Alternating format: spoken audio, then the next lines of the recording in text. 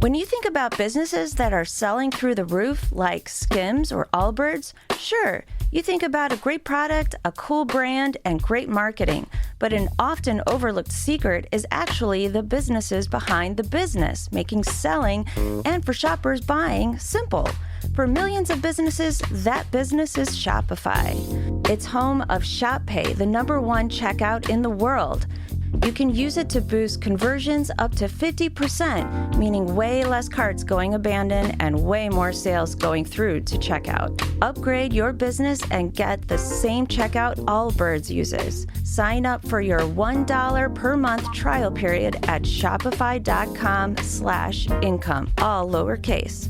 Go to shopify.com/income to upgrade your selling today. Shopify.com/income. Who is it? It's me, Vern. I know you're in there listening to the Gen X Grown Up podcast. Who?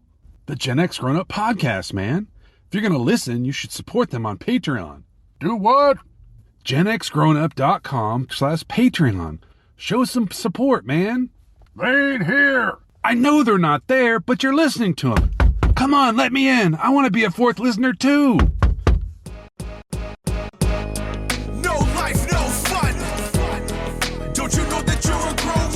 Gen X Grown Up is a YouTube channel, website, and audio podcast you're listening to right now. All made for and by people who love exploring media, games, tech, and toys of yesterday and today through the eyes of Gen Xers who refuse to grow up. Your dinner cannot just be french fries. Basically, life sucks as a grown up.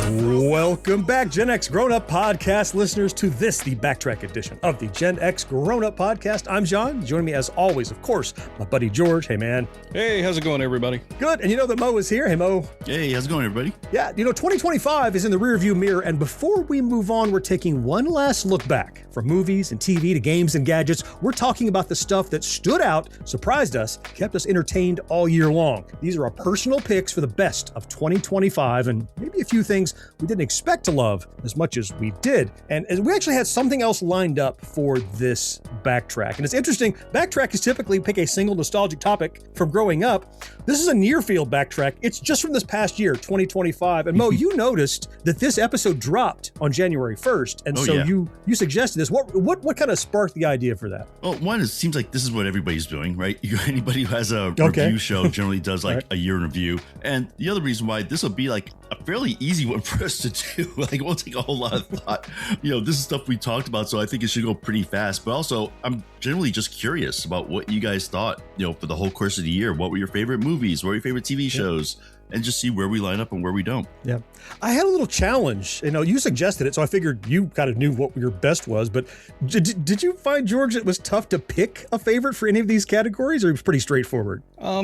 I don't know. I just kind of, what I tried to do was in each one of the categories, I went and looked through a list or something that I might have found on Plex for the media stuff or in Steam for the game stuff, that kind of thing. And just tried to see if there was anything that I spent more time with than other things. Yeah. So if I, played a video game for more hours than I played other video games, then that was one that would go up to the top of the list. And then I just kind of said, okay, well, which one do I think at least today feels like my favorite? Yeah. I took a similar approach, and it's like, what did I get the most out of? What did I find the most? Yeah. So stick around for that. Before we jump in, though, it's time for some fourth listener email. And I guess you could call this the last fourth listener of 2025, or I guess it's the first fourth listener of 2026 since this drops January 1st. But the fourth listener this time around is Ben S. And he dropped us a line. Topic was Christmas wish lists. Oh, recent. Here's what he has to say. Yeah, just a couple weeks ago, right? We dropped, it'd be last week, very recent, a couple weeks. He says, "Dear John, George, and Mo." George was not last. Just want to point that out again. I listen to the podcast as soon as it comes out. Makes my Thursday morning drives to work so enjoyable. We're happy to hear that, Ben. Thank you. The episode on Christmas wish list reminded me of the year I was 8 and decided to put Santa to the ultimate scientific test. I was starting to doubt his existence, so I designed an experiment. I'd write a letter, seal it, and mail it to the North Pole without telling a soul, especially my parents, what I'd ask for. Science. If my requested gift appeared under the tree, boom, Santa was real. If not, Santa didn't exist. Or maybe you were just a bad little shit and Santa didn't want to get it for you that year. Maybe you were on the naughty list. That's a good point. Had you considered that, Ben? Where's the control part of the experiment? I don't see this working. That's good. You have to do that with some good kids and some bad kids in order to really get the clear test. I hadn't thought of that, George. Well, let's see. He goes on to say, I shared my brilliant plan with my teenage brother. He didn't miss a beat. He looked at me and said, Ben, that's a great test, but think about it. If Santa isn't real and you haven't told mom and dad what you want from him, you won't get that gift. Maybe you should tell them just in case. My brother successfully appealed to my greed over my scientific integrity. Was this from George? No, it's from Ben. Okay, it's from Ben. Yeah. I spilled the beans and got what I wanted. I spent that Christmas still skeptical, but with no hard proof of my hypothesis. I think it's a great test. And, I think it's almost better that you had to break the test because then you were able to let that mystery continue for maybe another year and a half. Was he 8 years old by then? Yeah. I like the way he's thinking. I kind of think that he was not going to get his gift anyway because he was a bad little shit who was just greedy and wanted something. He wasn't going to get a thing from Santa anyway.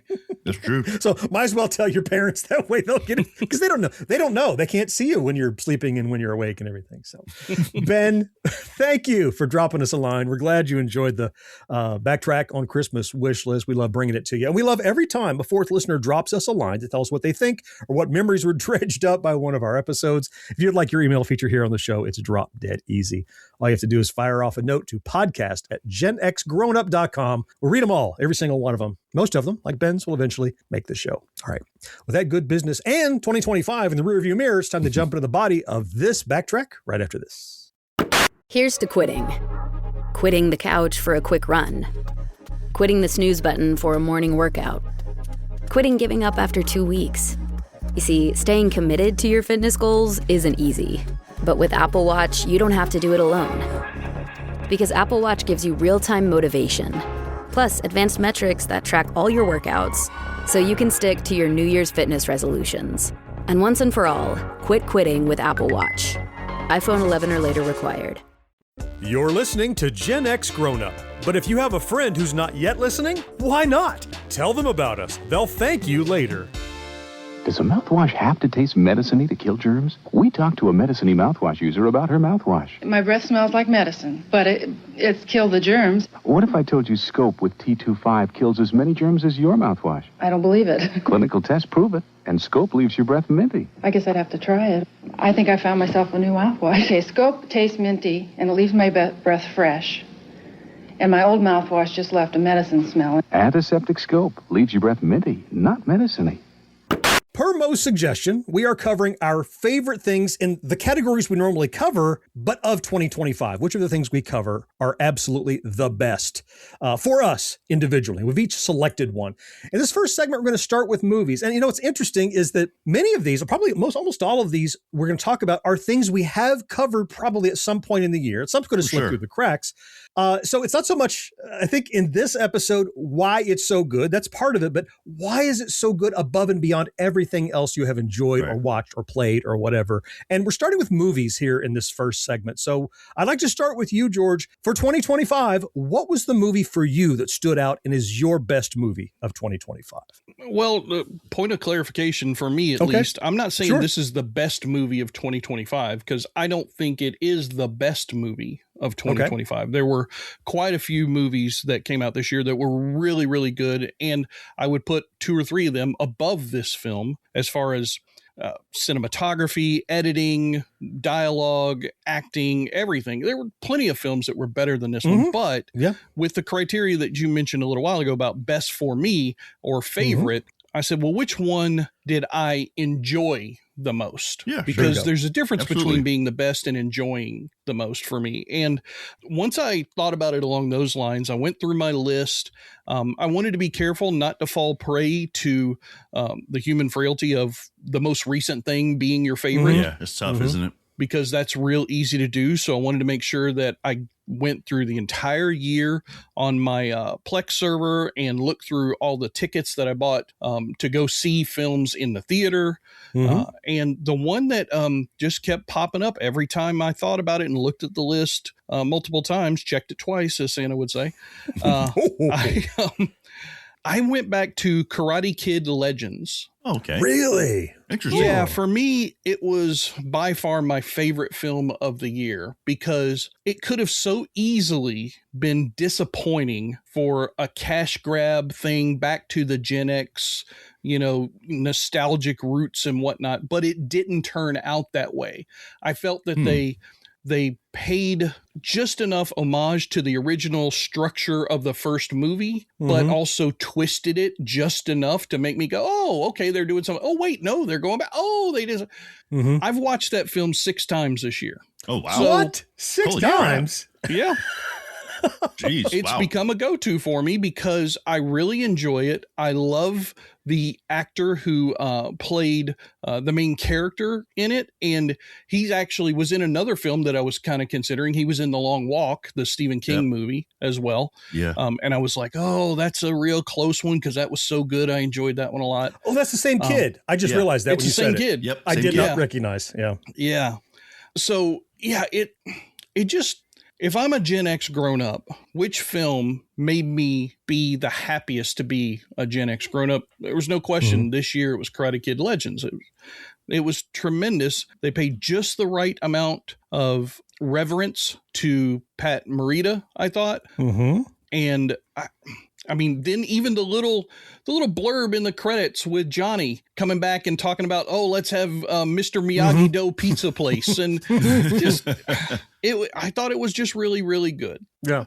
I saw it in the theater. I enjoyed it a lot. I haven't seen it 6 times, that's for sure. So I have a follow-up question because you've seen it so many times, and often things have more clarity once you see the movie the first time, and then the second time it's very different, and I've not had that second time. For me, and I'm curious how it is for you, I felt like there was the whole thread of I don't remember everybody's name, but the girl's dad who was also trying to have, be in a tournament and learn from the new Karate Kid. Joshua Jackson's character. Right. Yeah. I felt like they kind of dropped that thread, and I was really interested in seeing how he would do. They just kind of mentioned it and wrapped it up. Maybe did I miss something, or do you feel like they changed that in editing or whatever? What's your impression of that thread? Because I felt like I lost it kind of midway through. Well, I think you did because he wasn't in a tournament, so you definitely missed the entire part of that storyline. Right. He was just going to take one more fight, maybe 2, in order to earn enough money to pay off his debt to the loan shark asshole guy who was running the karate code dojo of the jerk boyfriend guy. Yep. So he went in for the one fight, and he was trained by the Karate Kid, and he was doing really well. And then they had to cheat, and they put him in the hospital. So there were no more fights coming. Yeah. So you know what? Okay, I guess it makes more sense. Yep. Yeah. Once they put him in the hospital, that pretty much ended his fighting career because ended his story. They messed his head up pretty bad. Severe concussion. He was already old as it was. Yeah. So, not many get the Rocky treatment where they get to keep coming back in 6 or 7 films and having a boxing match where they get 27 concussions and can continue on. Okay. Yeah. That's probably the part that I missed is that, he was injured. So therefore, we're going to put the kibosh on this. He's learned some skills and whatever, but not a good idea for him to proceed. And that was also part of the montage of the Karate Kids thing. And because he was in the hospital for quite a period of time during the montage where that's right. His cousin and his daughter were having to run the pizza place while she was still mad at the Karate Kid for not throwing in the towel and not coming into the ring because he froze, which was a thing where he had froze when his brother was killed that she didn't quite know about, but her father did at that point. So there was a lot of subtext in the film that, it gets overlooked, I think, because everybody's looking for the Karate Kid moments, right? When's he going to get to the tournament? When he's going to do the crane kick thing or, or whatever the equivalent is, right? Yeah. In his case, it was the dragon kick, which was all of those beats from the original movie were in this movie. Perspectives were what were changed. And I think that's what made it such a good film for me because, in the first movie, Daniel's not teaching Mr. Miyagi how to fight, but in this movie, Lou was teaching, her father how to fight. So it was, I just felt like they did a really good job. And I'll tell you, I know it was not edited or put together for our generation. It was absolutely edited for the younger generation. All those quick cuts and the video game styles, washes between the fights and everything.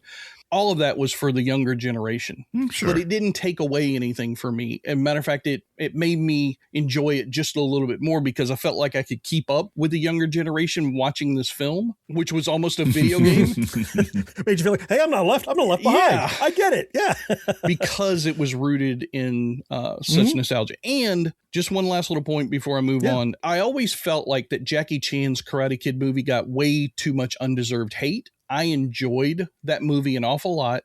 And even though, he's kung fu and he's karate, the first 5 minutes of Karate Kid Legends, tying those two universes together with the historical story, with all the Japanese artwork storyboards that they did to show how Miyagi learned from Jackie Chan's ancestors and brought karate back to Okinawa. So all of those people are tied together and knew each other and kept in contact over the years. Some people might have called that a cheap way to write through that, but you had to do it somehow if you're going to have them in the movie. And I think it was good to have them in the movie because even though we lost Pat, I thought Jackie Chan is an admirable replacement for that character. He's a legit dude. Yeah. I thought he did really well. You bring Ralph Macchio in from California to go back to New York where his whole journey started.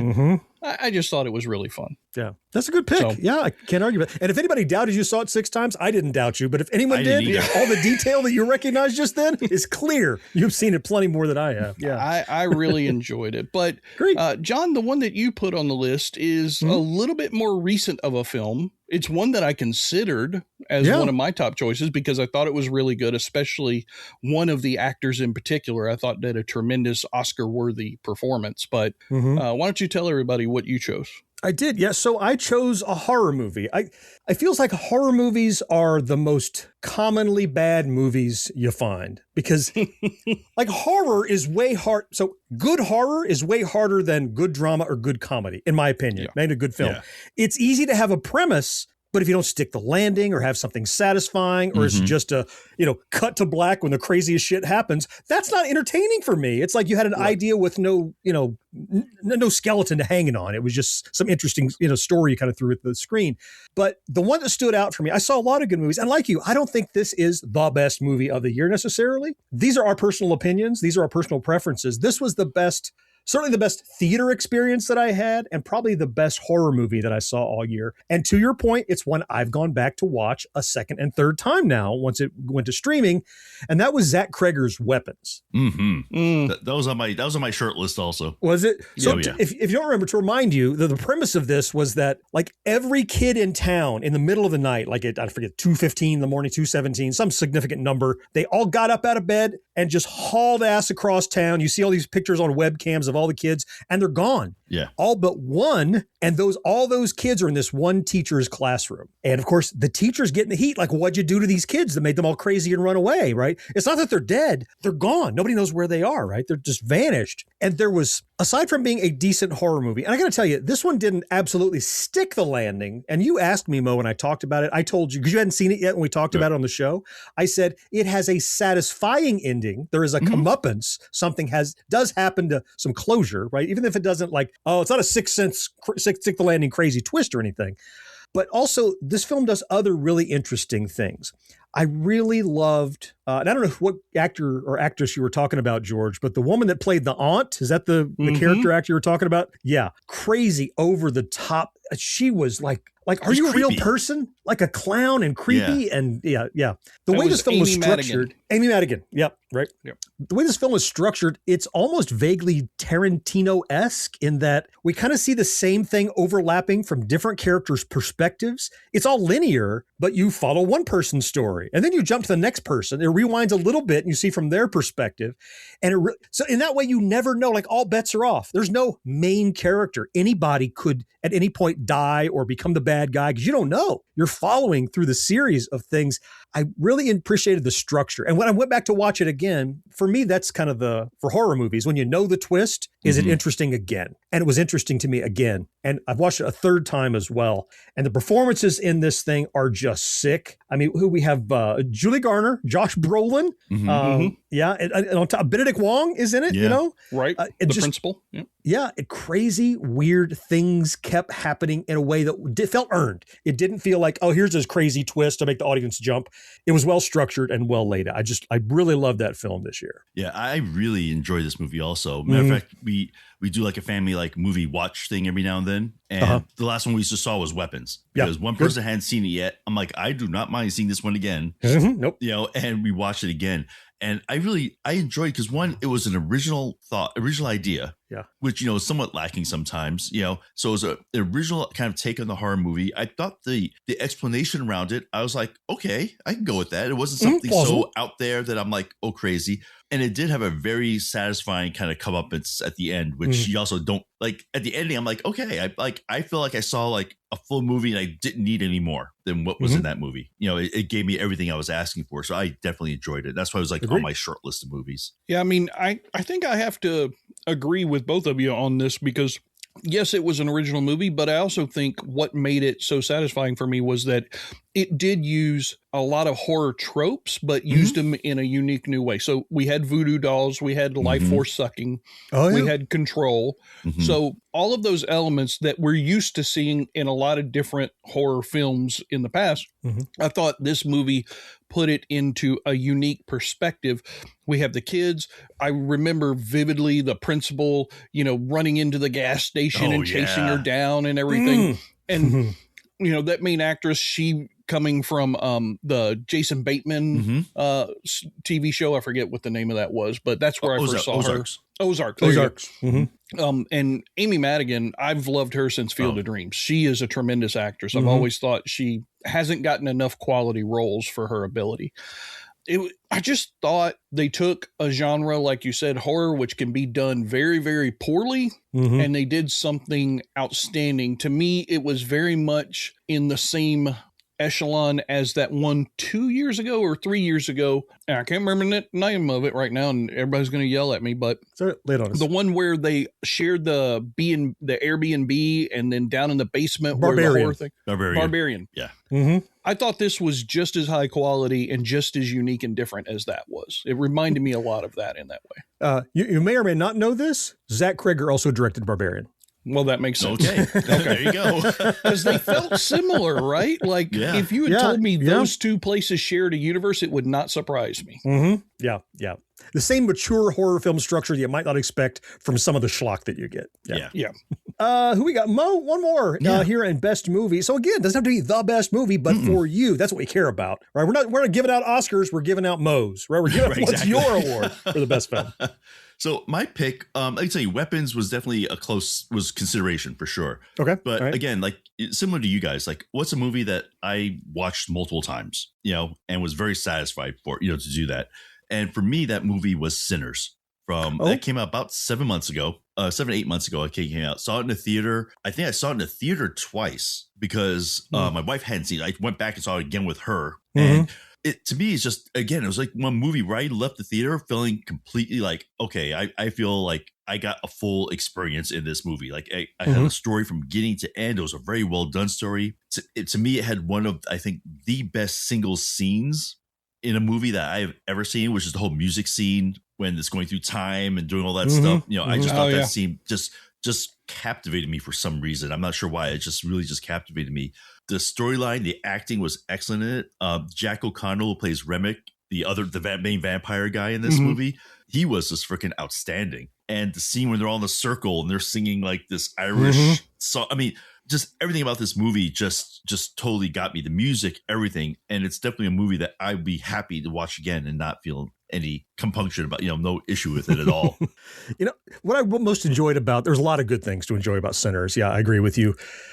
every time somebody would go for some inexplicable horror movie reason, I've got to go out, I've got to go see somebody or go take a leak or whatever, they leave the barn and they become a vampire, right? Right. Yeah. And then they come back and there's that whole Fright Night thing where you're like, are they going to invite them in or not? Because we know vampires must be invited over the threshold. They can't just barge in.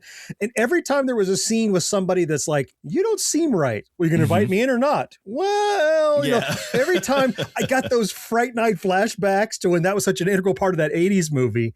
And this is a movie that didn't have to be a vampire movie, didn't have to be a period piece, didn't have to be Oscar bait, but it was all those things. And it kind of hit all the check boxes together. Yeah, and the twin brothers, was it Smoke and Stack, right? The two guys. Yeah. And the double role was, and it also had a little bit of flashback and flash forward stuff in it that I appreciate when done well. Yeah. It's a good pick.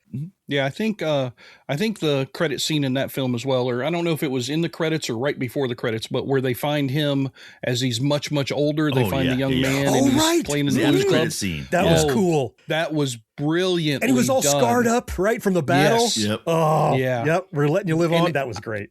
I mean, I just got chills. Yeah. Well, that's what I'm like, because sometimes you get to the end of a good movie and you're like, boy, I really want to see what happened. I want to know how this turned out for this character or that character.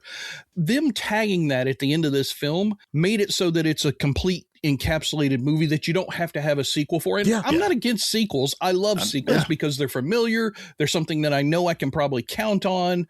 And, you know, even though a sequel is usually not going to be as good as the original, although there are some, some obvious exceptions to that rule. I love the fact that they use that 1 5-minute section of film to say, you know what? We don't need to go back to this universe for this character. We might go back to it for other characters if we want to, but if not, everybody can be satisfied here. Your thirst should be sated at this point. It's like they baked in a baby sequel right there in 5 minutes. Yeah. I mean, to be quite honest, if I was looking I'd prefer a prequel about Jack O'Connell's character, the Irish guy's character. I mean, that could be very cool. I don't know. In my head, it's like a separate story, just a completely different story, just with him, you know, how he became how he was, you know. But I don't know why, but for some reason, rather than a prequel or sequel movie, I'd like to see this like more in this universe told in comic book form. I think that medium would lend really well to that story. Yeah, for sure. Yep. Okay, those are our picks for movies. And I normally do media altogether, but we didn't want to segregate. We didn't want to miss out on good TV shows or movies, vice versa. So when we get back from this very quick break, we're going to talk about our favorite TV shows of the year. Stick around. Good morning, Crust. It's a great day to be a bread brother. Ugh, mornings are not my jam. Or jelly. Oh, come on. Stop loafing around. I just woke up feeling hollow inside. Psst, just grab one of the new Morning Uncrustables sandwiches, like Bright-Eyed Berry or Up and Apple, filled with 12 grams of protein and tons of deliciousness. Crust, what are you eating? It's just granola, not even yogurt. No crust, no fuss. Uncrust your mornings. I had that dream again. My small business needs to hire, but I don't use LinkedIn and I hire wrong. So our orders get all backed up. We're drowning in paperwork, then actually drowning. Carol is fighting off sharks with a stapler and pirates are pillaging the office copier and then I wake up. Don't let hiring nightmares ruin your dreams. LinkedIn Jobs' new AI assistant goes beyond the resume, using unique insights to deliver a smarter shortlist. Post your job for free at linkedin.com/quality. Start hiring today with LinkedIn. Be sure to subscribe to or follow Gen X Grown Up wherever you listen. And while you're there, rate and review the show too. It helps more than you know. Have you ever noticed that sometimes the best you can do is settle for second best?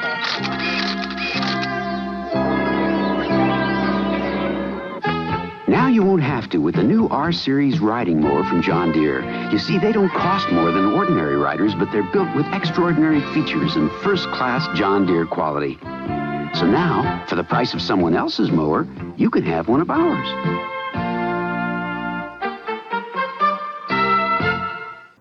We are back, and we are jumping into our favorite TV series of 2025. Now, in this backtrack, as I mentioned, we're talking about what are our favorites. They don't have to be the best on the planet, but the whole point is for Gen X Grown Up, for us individually, for each of us, what were our favorites? And George, I see your pick here on the list, and it makes me smile. So why don't we start with you? What was your favorite TV series or show or whatever of 2025? Yeah, and I know we do this all in a program called Trello where we get to list our own things and stuff. And I saw, as we were getting ready to start the segment, I saw John and Mo had some things listed in brackets, which I assuming were like honorable mentions for you guys. And I was like, oh shit, yes, those are honorable mentions for me as well. So I'm going to steal your thunder a little bit from a couple of yours. Fallout, which Mo had as one of his honorable mentions, and The Pit, John, which you had, those absolutely should be on my list as well. But I fell victim to the thing I didn't want to fall victim to in movies, and I looked at the most recent stuff. And once I saw this go through my have recently watched lists in my Plex server, I was like, well, shit, I have to choose. Gotta pick this. South Park season 27 and 28. So originally it was going to be just one season, but then for some reason they decided to break it up and just do 5 episodes in 2 seasons. I don't know why, because we got them all in order anyway. I didn't know what the point of that was. Because they can do whatever the hell they want because they're Trey and Matt. They're Trey and Matt. And let me tell you, Trey and Matt, over the years, they have shown that they have no fear. Yes. That part is, I think everybody who's ever watched anything they've ever created, whether it be Bigger, Longer, Uncut or Team World Police or anything they've ever done, Orgasmo Basketball. Right. I mean, just crazy. These people made me proud. These 10 episodes, they did not give a fuck who they might offend in this current culture. And they went after every single horrible fucking person that we've been dealing with for the past year. And they cut them exactly 0 slack. They went after every single one. And I'm not going to go into a whole big political discussion because I know we shy away from that here at Gen X Grown Up. If anybody wants to talk to me about this kind of stuff or wants to yell at me for it, join our Discord server. I'll get on a channel with you, genxgrownup.com/Discord, and we can have it out or commiserate or whatever you want to do. But I'm telling you, from the very first episode, at the end of that episode, when they did the whole AI walk through the desert, and you guys know exactly which one I'm talking about. I don't have to go into any more detail. No, understood. I went, holy shit. I brought my son and my wife into my office here because that's where I was watching it. I said, you have to watch this last 45 seconds or however long it was. And they were grossed out and laughing at the same time as much as I was. Fuck every single person that Trey and Matt went after this year, because I 100% support South Park these 2 seasons, this 1 season, whatever you want to call it. Holy shit, was that it was the best way for them to come back to a regular season from the times when they were just doing films. Yeah. Oh my God. I love these guys. If I could give them money, I would just send them cash at this point. They don't need it. No, I know they don't. Well, anybody that does good social commentary, you can't just be unilateral. You have to be able to go after whoever it is that's in the limelight, whoever it is that's making news, and they are equal opportunity offenders. There's nobody who can say, hey, Trey and Matt, they agree with me 100% because they will go after your sacred cow too. Right. You got to be willing to take it. And I'll tell you, just like you, I'm not sure you could pay my wife to watch South Park. She doesn't care about the series. But as soon as I saw the first one, I'm like, all right, whatever you're watching, push stop. We're going to watch this. You're not going to believe what they're doing on South Park, because they absolutely did a total pivot and said, whatever it is that's in the zeitgeist, whatever it is that's on everyone's mind, whatever is filling the news cycle, if you don't comment on that, you're guilty of not covering it because it's clearly the thing that's on everyone's mind. And they absolutely do. Like you said, they're fearless. They're like, we'll attack that just like we attacked everything else. Nothing is sacred. Yeah, it's funny you say that because like my wife, I could not pay her to watch South Park. Same, yeah. But this last couple seasons, she's like, hey, is the next one out? Is the next one out? Right. I want to see where this goes. Well, you don't have it yet. Where is it?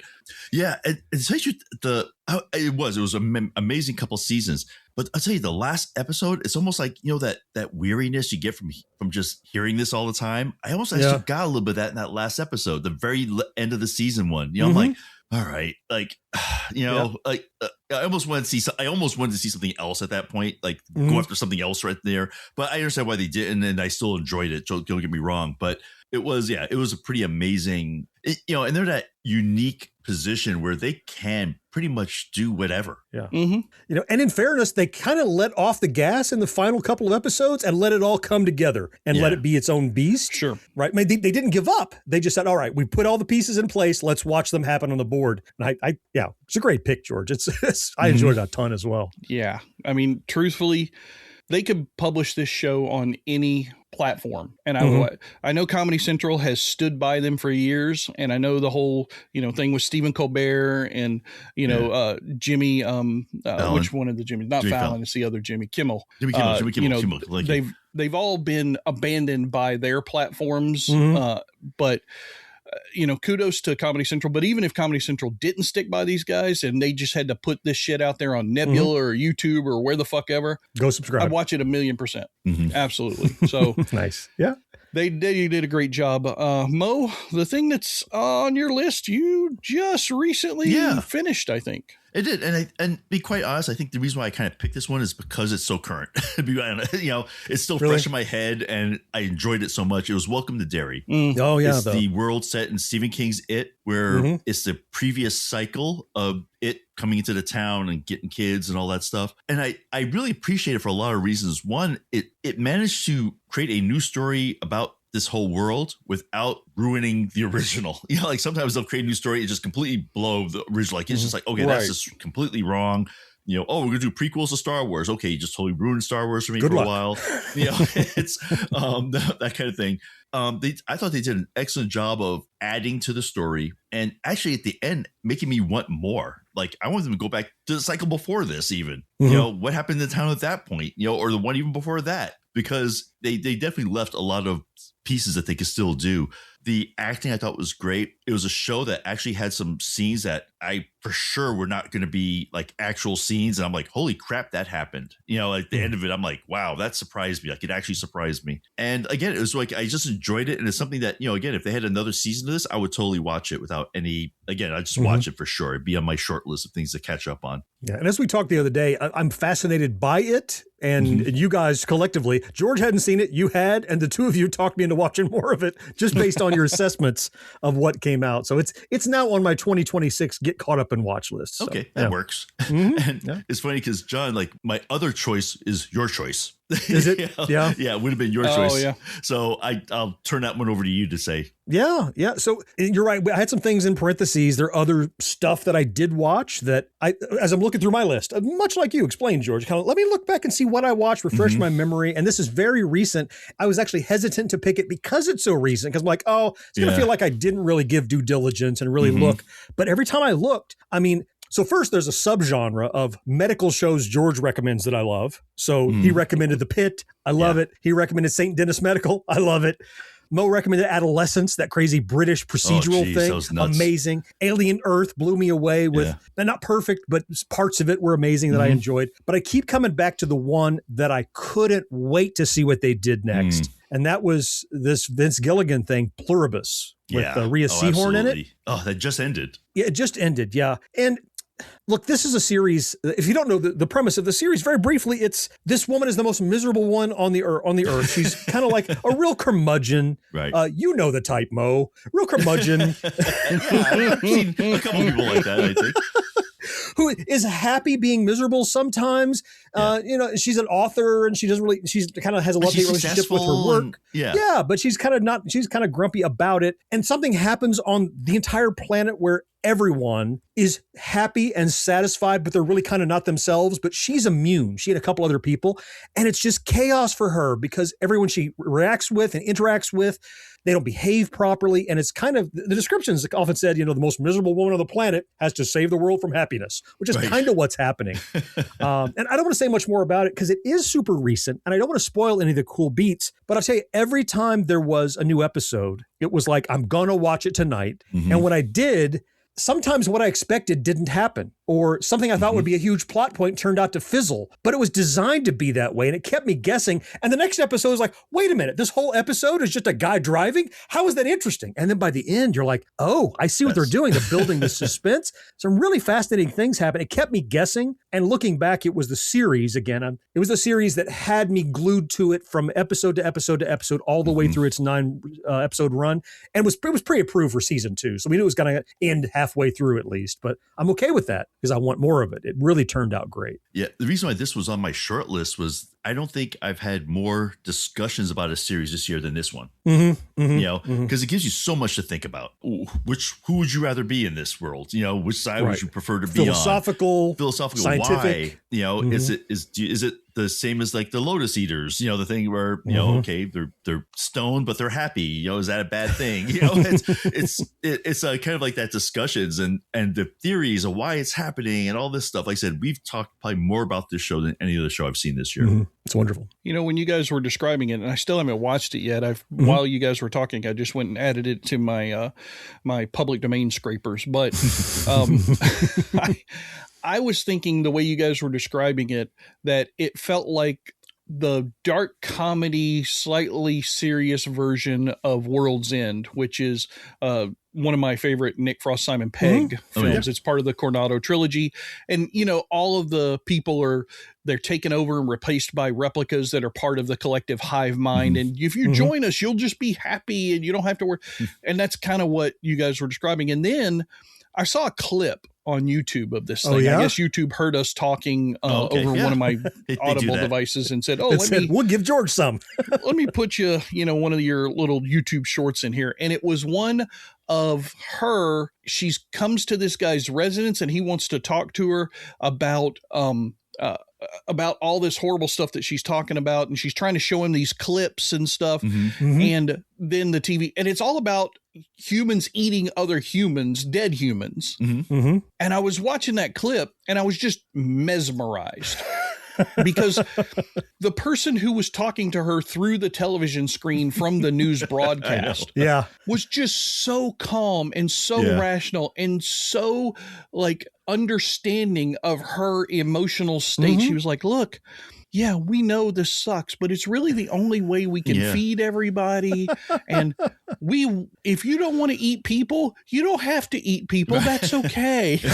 Just like, oh my God, I have to go watch this show. And then I promptly forgot to go at it until just now. So I think it's one, after seeing that little clip, that, the whole Gen X Grown Up group needs to recommend to all of our viewers and listeners. It was HDP, human-derived proteins.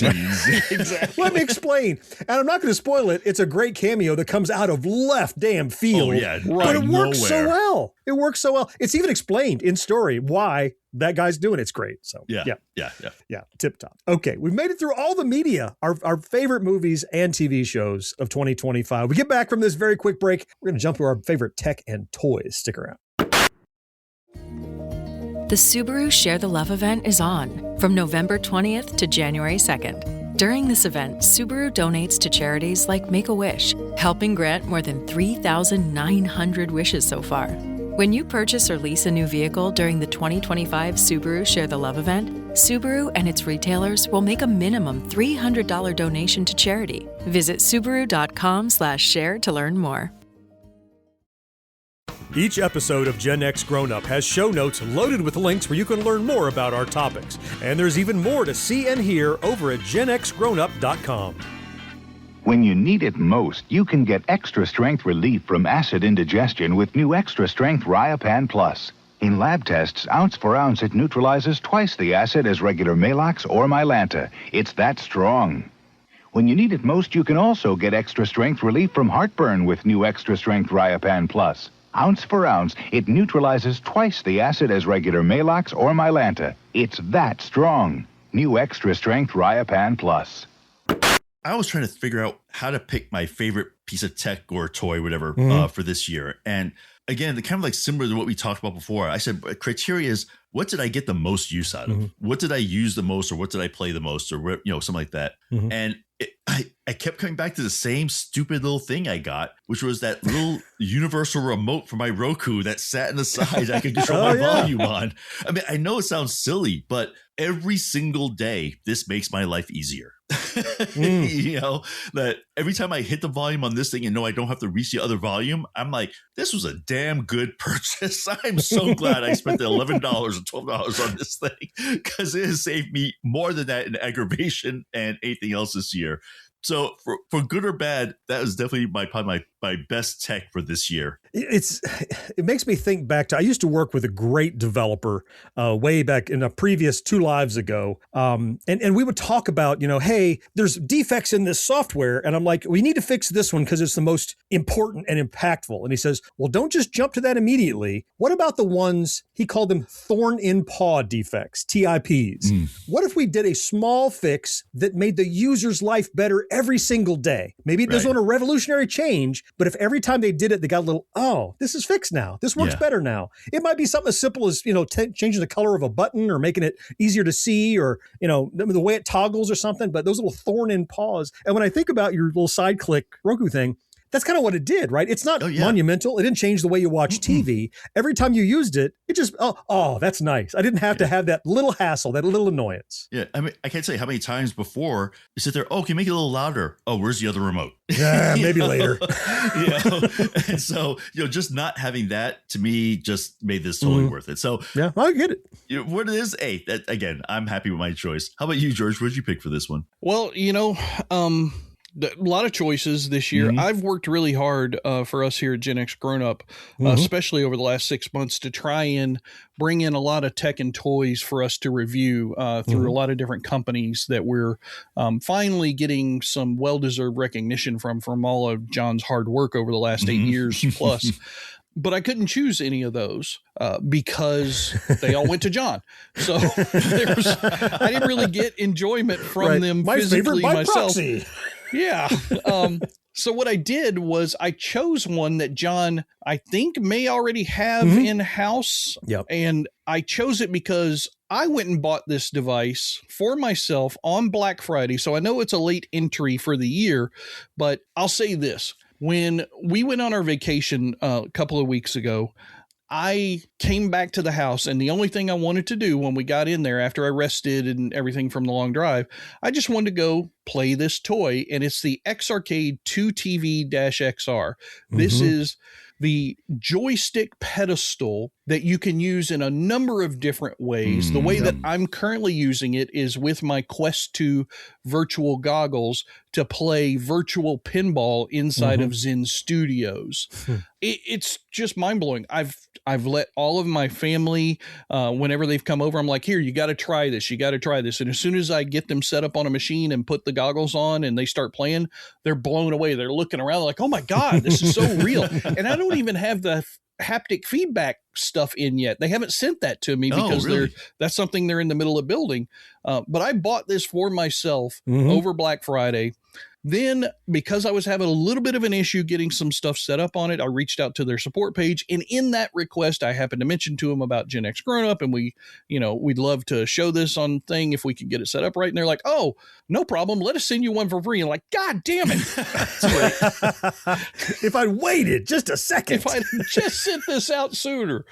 But they do X Gaming is the name of the company. And this device, the fact that it's on its own pedestal, you can adjust its height up and down with a simple little switch in the back of it that's pretty easy to manipulate once you get it together.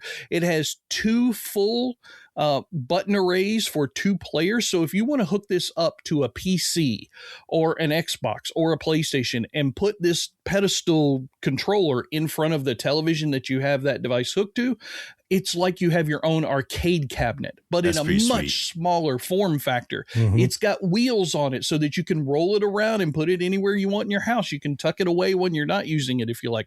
It's got LED lights because, of course, everything has LED lights. Yes. That's cool. My mouse has freaking LED lights.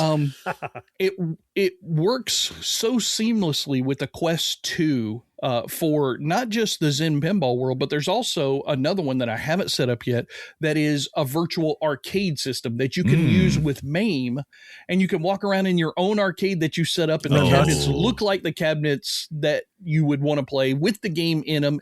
You walk up to them, you put a coin in the game, and you start playing it with your virtual goggles. I can't wait to set that up. But man, I just keep going back to it. I probably play it 2, maybe 3 times a day. I just walk in. Wow.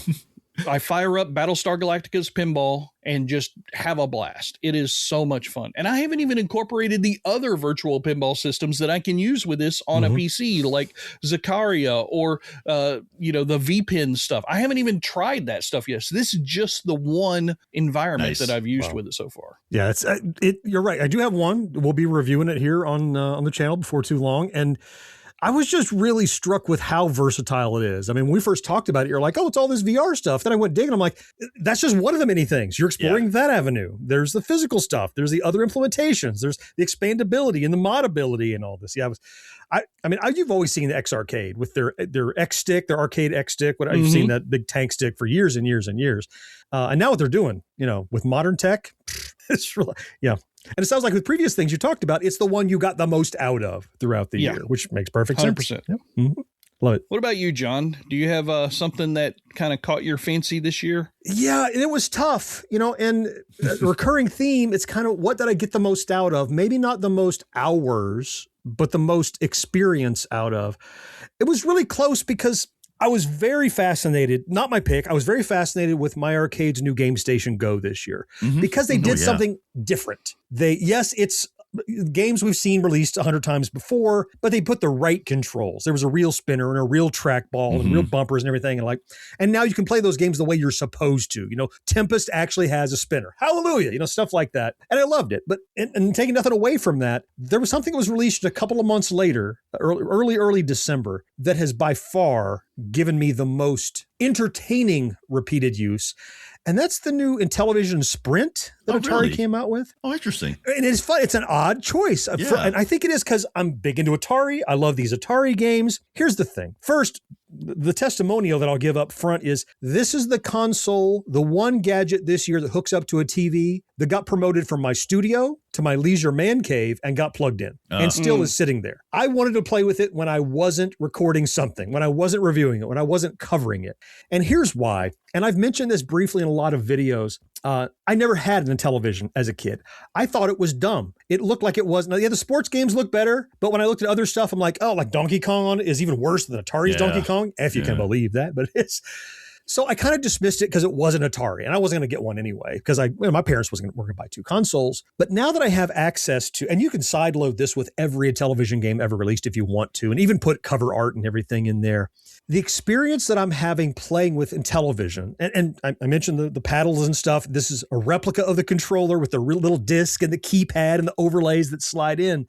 The experience that's giving me, it's reminding me of the experience I had as a kid with every new Atari game that I got. Like, oh, what's this one? What's the idiosyncrasies of it? And because it's the same era of game, the fidelity's about the same, the complexity's about the same. Definitely has some pros over, the speech synthesis is great, the sprites, less flicker, things like that. But because the 2 systems were so different, they built very different games for the Intellivision. So playing with this Sprint has been like, it's a little bit like I'm a kid again, as if I had the Intellivision and I'm getting to experience what I would have experienced had I been a rich kid and had the Intellivision. My parents would buy me every single game. I get to try them out for the first time over and over and over. And now, George, Intellivision is something that you have always had an interest in. You probably were wanting a Intellivision more than I was before I was. And now that it's out, I can tell you there's another YouTube channel called Intellivision Gamer he's like a pig in shit right now. Everything is coming up in television for him now. And he's doing a great job covering it and diving into it. And I'm learning from him stuff about the Intellivision and why it was so impactful. We learned at PRGE, there's a robust homebrew market out there for the Intellivision, just like there is with Atari. So there's still new games to play. And so it's like I'm finding, like I had a love growing up. My first girlfriend was Atari. And here I am 40 years later. Oh, damn, she has a twin sister. This is great. Yeah, it's been something. I just love exploring. And that's why it made my favorite, because of the experience it gave me and how I've been able to interact and the feelings it's given me. So it's been pretty remarkable. Whew. All right. That's going to get us through our favorite tech and toys. We get back. Time for George's segment. We're going to go back and look at all the games we have played. This is going to be a tough one and pick our favorite game of the year. Stick around. If you're a die-hard Gen X grown-up, you can pledge your support by clicking join on YouTube or by becoming a patron at GenXGrownUp.com/Patreon. Growing, flying away, taking care of business the Uniglobe way. Packing, tracking, taking off to play, the only way to travel the Uniglobe way. The Uniglobe Way, a network of travel professionals united to give you outstanding travel service without a fee. Uniglobe, the #1 travel franchise network in North America. Reading, we got a better way, the only way to travel the Uniglobe way. All right, it's time to wind up this look back at 2025 with one of our anchor segments, the one that we always do. And I know this is a backtrack thing, but we usually do all of these segments in the regular episodes each week. Right. And this one is the games segment, which I usually host. And it really pains me that Mo selected the one that he did. Oh, because it's caused me so much consternation throughout the last 6 months or so of being forced to play this goddamn game against my will. But I figured if nothing else, I would just have Mo go first to get it out of the way so we could get on the stuff that doesn't hurt my feelings quite as much. Mo, what have you been deciding on as your favorite game for 2025? You know, we talked about how tough these choices are this year to make. This was a no-brainer. This was like immediately it came up. I said, this is the one to pick for multiple reasons. And I'm talking about the game Crime Scene Cleaner. Mm-hmm. Not only was it just a game that just sucked me in and made me want to play and maybe want more and more of this game, I sucked in multiple people. I sucked George into this game and got him just totally like upset at me over having to play this game this much, which doubled my enjoyment of the game. So no, but also just in general, to me, it was just a well done, I thought very well polished game. It surprised me with how it took a very simple premise and made it interesting. And it really, like, if they come out with some new spaces, new areas tomorrow, I'm playing this tomorrow, without a doubt. If they have a DLC that they're going to charge for, I'm probably going to buy it, just because this game just gave me that much fun and that much pleasure playing. I don't know. It was a weird game. And for those you don't know, it's basically a game where your job is to clean up after crimes, essentially, and violent, messy crimes. And you're doing it not to help the police or anyone else. You're doing it to cover it up. That's your job, is to cover up these crimes. And it's very tongue in cheek. The main character is very snarky and has these like a lot of funny one-liners. The situations are ridiculous but fun. And it's a game that every now and then I'll still fire it up. If I just want something to clear my head, this is a game I just go on and play because it just pulls you in and you don't really think about anything else while you're playing it. What's kind of interesting is that I was immune to the charms of Crime Scene Cleaner because you gifted it to both of us and you only hooked to George. We both tried it. And we mentioned back then when it came out, the whole premise is, right, you're a guy who's cleaning up blood and broken glass and everything else that's happened and dumped over plants. At a crime scene, you get better and better at it. And for me, something about our personalities, with George it clicked, with you it clicked, with me, I was just anxious that I wouldn't get every single thing. And so I had more anxiety than I had fun over it. But it's weird how that's something that actually played into your inclinations in a way that it didn't with me.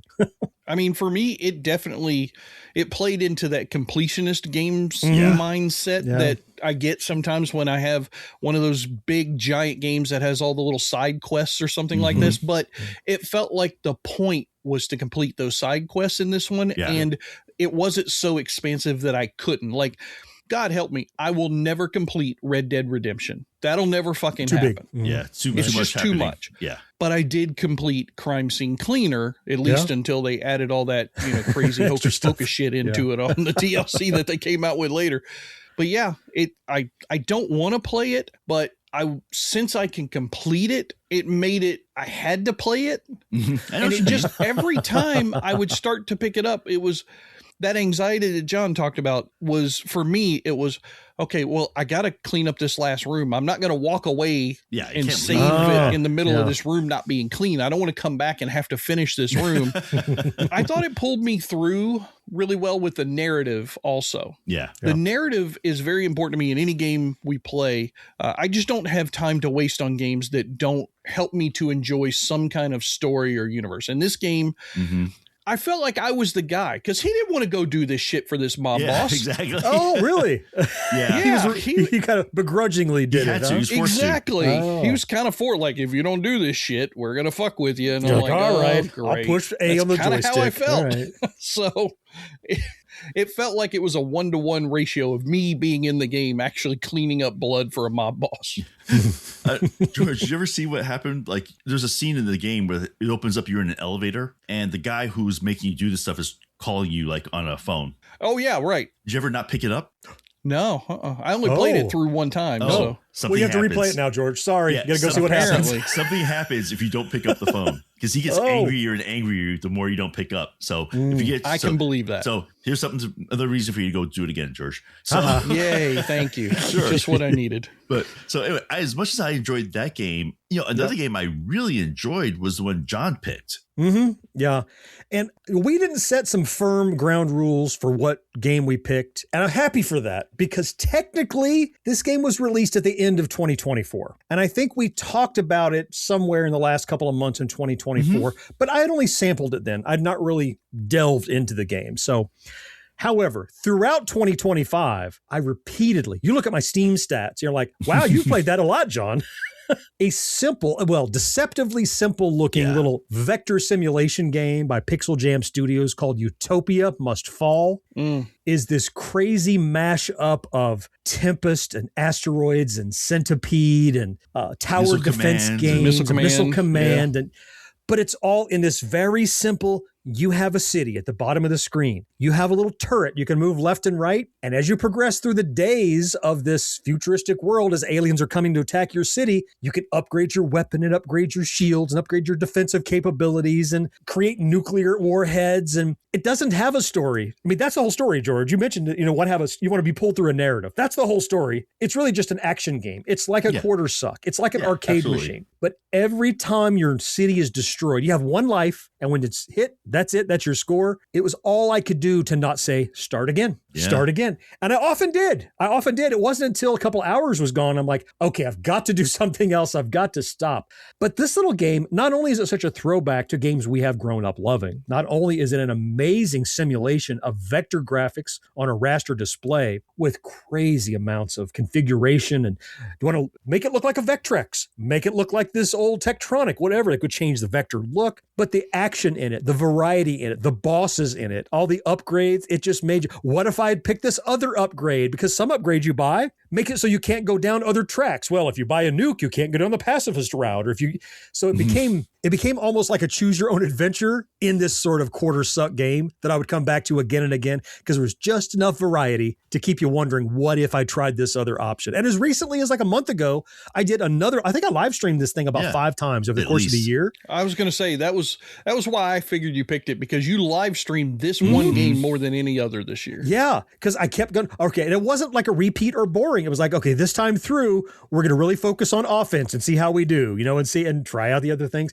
So it had enough in it, enough variety, enough story, as you say, not so much story, but options. It's not just the same thing over and over. It's not just Space Invaders, right? Oh, the aliens are getting faster. Each game could kind of be its own thing. So that's why for me, Utopia Must Fall was the one that gave me the most replayability, the most satisfaction of anything else I played all year, even though it came out right at the end of the previous year. All right, George, your pick is one we kind of all hold warm to our heart for a very specific reason I will not spoil. I'll let you talk about. What was your pick for your favorite game of the year? Yeah, well, that's pretty much the entire reason I chose it, besides the fact that I have gone back and played this game multiple times. That's Keys of Fury by the indomitable Mike Smith, who we met at PRGE 2025 just through the weirdest set of circumstances. I'll retell the story really quickly. I was over visiting the game booth, who we also love, and I couldn't put them in this list because I still don't have my game here in hand, even though John has had his for several months, which is completely wholly unfair.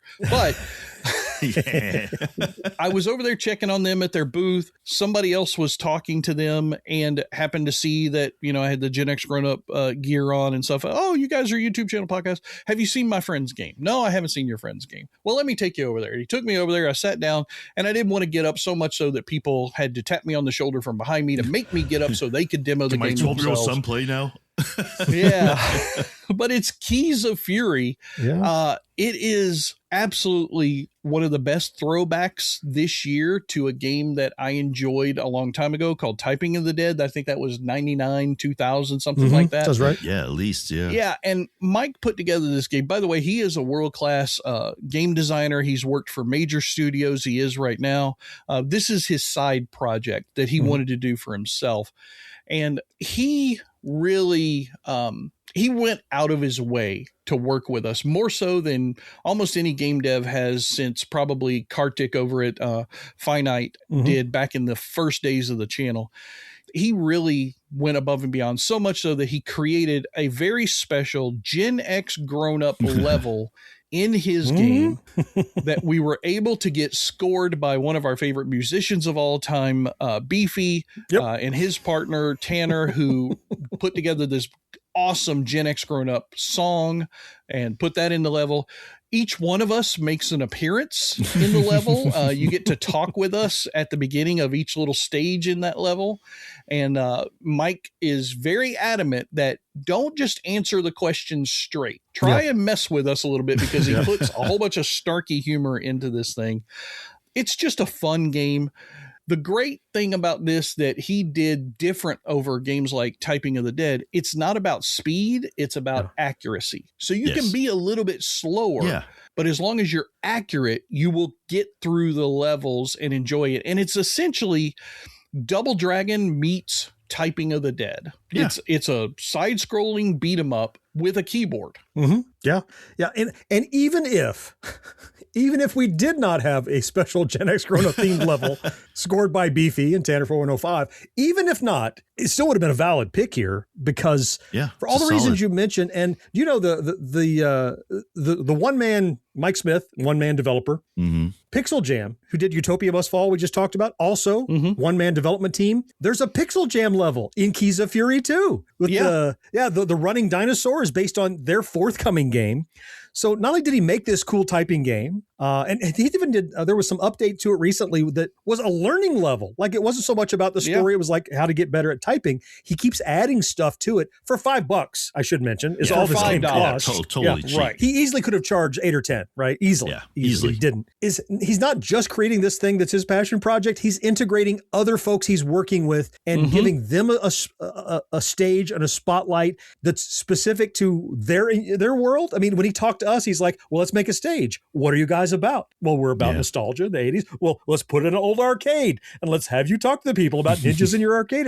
It was just so fun. It could have been about anything, but the fact that he worked with folks just doubled it up and made it more. I would have loved it just on its own, but the developer made it more plus for me. So fantastic pick. I mean, any of you out there, if you haven't gone out and bought this game on Steam yet for $5, the fuck are you waiting just for? $5, honestly, dude. Just do it.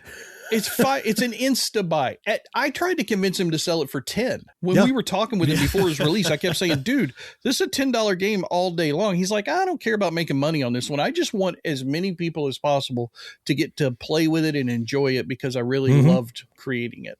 Yeah. And I mean, he sent us early development builds and, gave us keys to give away and the whole 9 yards. And it's so nice to see a game developer put this much passion into something that he didn't need to. This guy is a AAA game developer who is plenty busy with his regular day. I'm sure. And he just said, no, I love this thing so much. I want to do it and let other people enjoy it.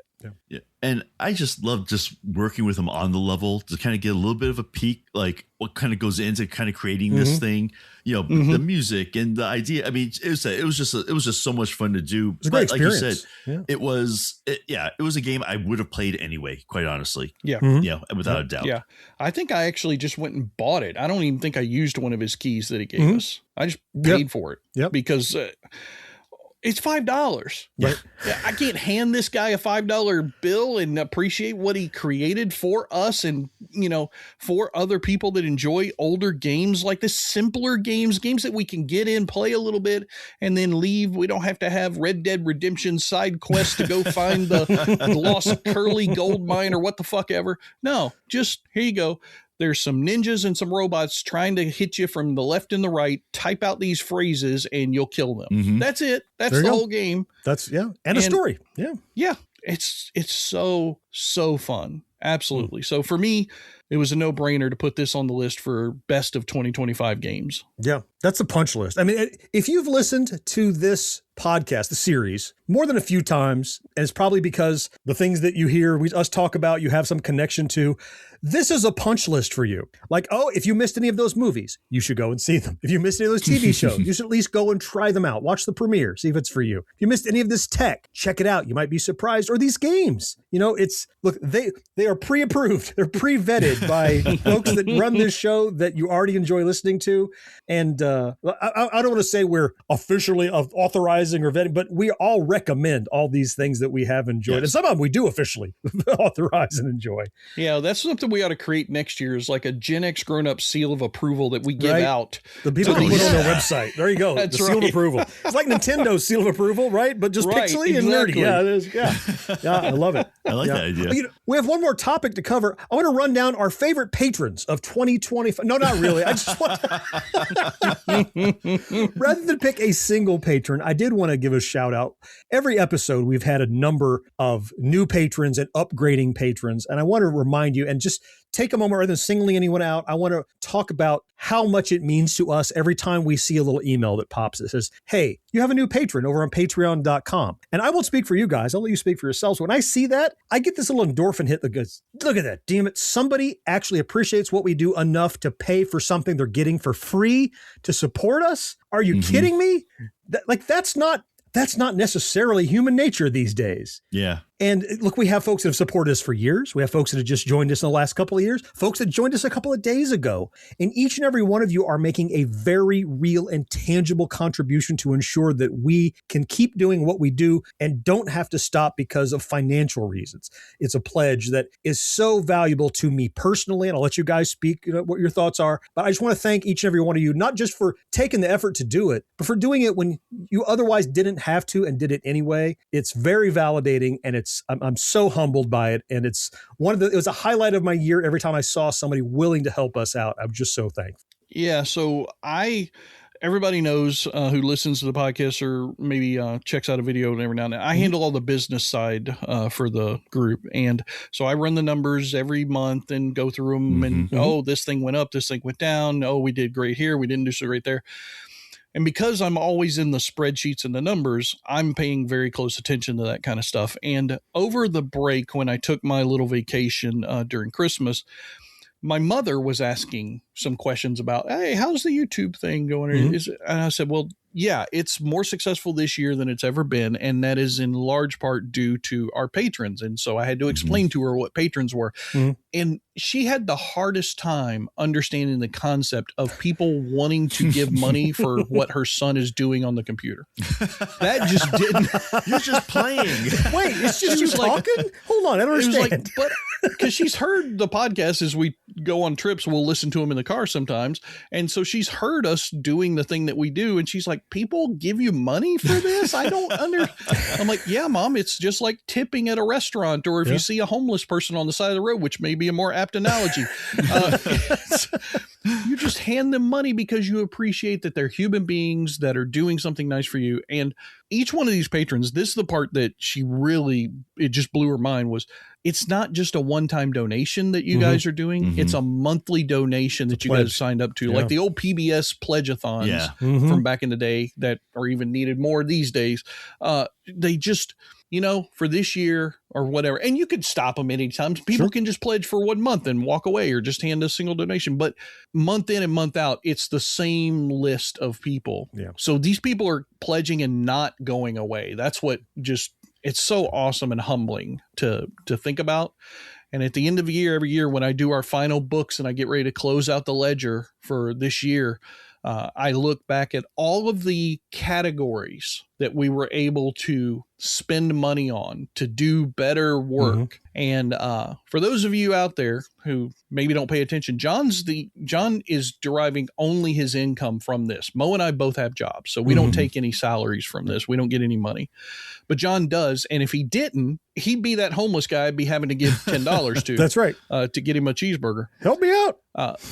He earned, through all of the stuff that you guys have done, more this year than he's ever been able to do. Yeah. And you could easily add up the first 5 years and wouldn't match. Yeah. Right. And it wouldn't match. And that's through the generosity of these patrons over on patreon.com/GenXGrownUp or GenX.com/Patreon, whichever way you want to go. Doesn't matter. It all ends up helping keeping this going. Because truthfully, Mo and I would have quit 6 years ago, but John's the one who's been doing this and pushing it forward. And I'm very happy that everybody has responded the way they have. Yeah. And just to echo what these guys said, I mean, it always amazes me the same as you that, wow, someone's willing to pledge, even $1 a month, and there are people who do way more than $1 a month. Way more. Yeah. And we appreciate everybody and all of you for doing it. If nothing else, just to show that it sort of like you're acknowledging that this takes effort, right? Risk. Yeah, exactly. That it's not just something that's just like, every couple of weeks we just kind of sit there, get on the phone and chat and it's done. No, John spends a ton of time editing these things to make sure that they sound as good as they sound, to make sure we sound as good as we sound, because we don't sound this good in real life.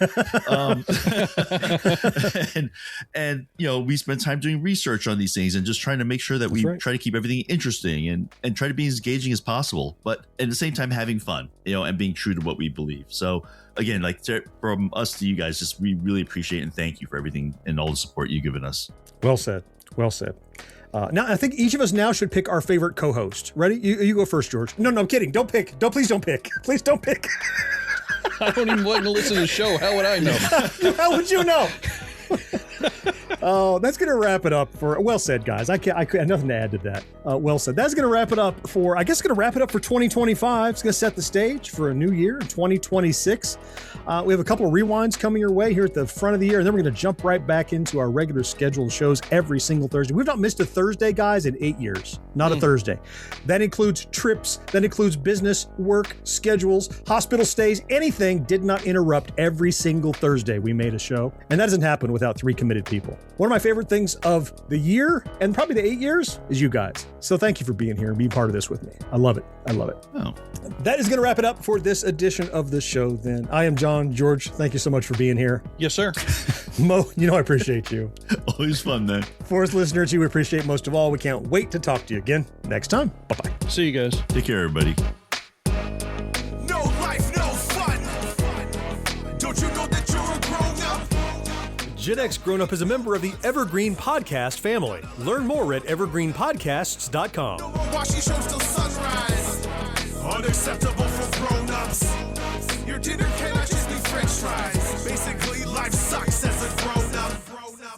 And don't feel any time pressure. If this goes light, goes heavy, whatever, that's fine. Just we're not trying to fill an hour necessarily. As George loves to say, it doesn't have to be an hour. Just however you just want to talk about something. All right, this is the January 1st, best of 2025 rewind, or backtrack rather, 203. All right, we'll go in 5, 4, 3. I'll just wait and make sure it's going to work before I chime in. You might have to do it again.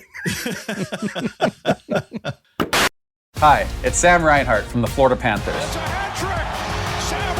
Watch as we take on the New York Rangers in the 2026 Discover NHL Winter Classic in Miami. The NHL Winter Classic is coming to the Sunshine State. Ring in the new year with me in Miami. Catch all the action on January 2nd at 8 p.m. Eastern on TNT and HBO Max. That's January 2nd at 8 p.m. on TNT and HBO Max. For tickets and more info, visit nhl.com/winterclassic.